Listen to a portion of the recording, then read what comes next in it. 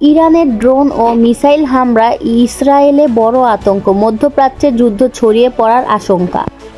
মাত্র কিছুক্ষণ আগেই আবারও বড় হামলা, ইরানের ড্রোন ও মিসাইল আঘাতে কেঁপে উঠেছে ইসরায়েল। বর্তমানে মধ্যপ্রাচ্যের পরিস্থিতি ভয়ঙ্কর রূপ নিচ্ছে। ইরান এবং ইসরায়েলের এই সংঘাত এখন পুরো বিশ্বকে চিন্তায় ফেলেছে।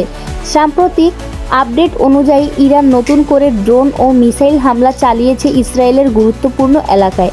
বিভিন্ন সূত্রে জানা গেছে, এই হামলার ফলে অনেক জায়গায় আতঙ্ক ছড়িয়ে পড়েছে এবং জরুরি সতর্কতা জারি করা হয়েছে। অন্যদিকে ইসরায়েলও পাল্টা জবাব দিতে প্রস্তুত। তাদের যুদ্ধবিমান ও প্রতিরক্ষা ব্যবস্থা সক্রিয় করা হয়েছে। বিশ্লেষকরা বলেছেন, এই সংঘাত এখন শুধু দুই দেশের মধ্যে সীমাবদ্ধ নেই। মধ্যপ্রাচ্যের অন্যান্য শক্তিগুলো এতে জড়িয়ে পড়তে পারে, যা ভবিষ্যতে বড় ধরনের যুদ্ধ রূপ নিতে পারে।